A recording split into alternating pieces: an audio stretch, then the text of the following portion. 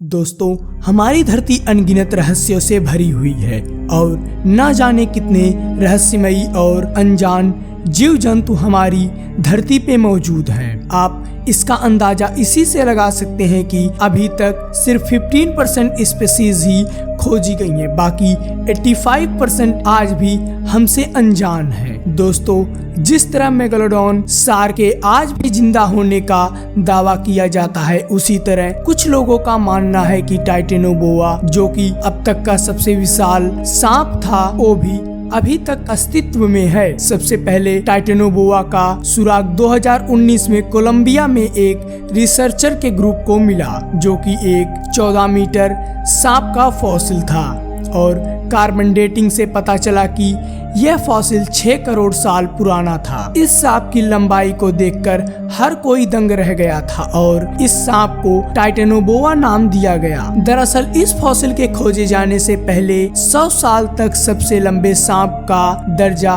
जाइगेंटोफिश को दिया गया था, जिसकी लंबाई 9 से 10 मीटर तक होती थी और यह 4 करोड़ साल पहले उपस्थित थे। और वैज्ञानिकों ने यह भी कह दिया था कि इससे बड़ा सांप हो ही नहीं सकता, क्योंकि शरीर जितना बड़ा होता है, ग्रेविटी फोर्स उस पे उतनी ही ज्यादा लगती है। किंतु टाइटेनोबोआ ने वैज्ञानिकों के इस दावों को भी गलत साबित कर दिया और इस दैत्य रूपी सांप का वजन करीब 1135 किलोग्राम हुआ करता था, यानी 2 इंसानों को तो यह 1 सेकंड में ही चट कर जाए। यह अपने समय में आज के जितने बड़े मगरमच्छों और अन्य जीवों का शिकार किया करता था। सांप एक्टोथर्मिक होते हैं, यानी जितना ज्यादा टेम्परेचर उतने ज्यादा बड़े सांप। और इससे यह साबित भी होता है कि पहले धरती का टेम्परेचर आज के मुकाबले कहीं ज्यादा हुआ करता था और जिस तरह से टेम्परेचर बढ़ रहा है, उस तरह से टाइटेनोबोआ जैसे सांप फिर से अस्तित्व में आ सकते हैं। और रही बात ग्रेविटी की, तो वह सांपों पे उतना प्रभाव नहीं डालती, क्योंकि वह खड़े नहीं होते। और इन सब बातों से यह भी साबित हो जाता है कि सांप हमारी सोच से भी परे होते हैं और ये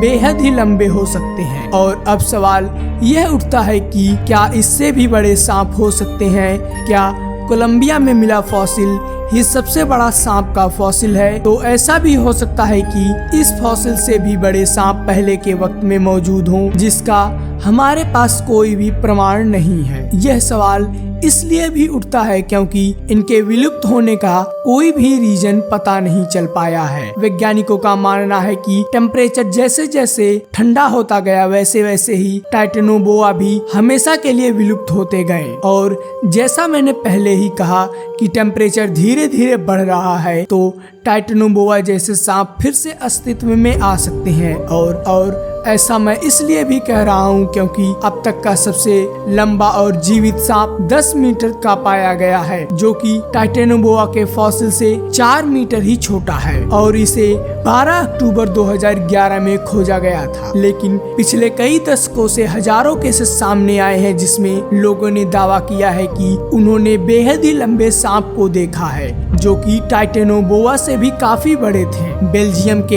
एक सोल्जर ने 1959 में हेलीकॉप्टर से जंगलों के बीच एक सांप की तस्वीर खींची, जिसमें सांप इतने ऊंचाई से भी काफी बड़ा लग रहा था। सोल्जर के साथ बैठे बाकी लोगों ने भी इस सांप को देखने का दावा किया था। उनका यह भी कहना था कि यह सांप करीब 61 मीटर का था, जो कि टाइटेनोबोआ का 4 गुना है। और इसी तरह के एक इतिहासकार माइक डैश ने दावा किया था कि उन्होंने एक 45 मीटर के सांप को देखा था, जिसकी तस्वीर उन्होंने कई क्रिप्टोलॉजिस्ट को भी भेजी, लेकिन फोटो से सांप की लंबाई पता नहीं चल पाई, जिस वजह से उनके दावों को झूठा करार कर दिया गया। लेकिन आज भी वह यही मानते और कहते आए हैं कि उन्होंने जिस सांप को देखा था वह 45 मीटर लंबा था। तो आपको क्या लगता है कि टाइटेनोबोआ क्या आज भी जिंदा हो सकता है? कमेंट में अपनी राय जरूर दीजिएगा और वीडियो पसंद आई हो तो चैनल को सब्सक्राइब भी जरूर कर लीजिएगा।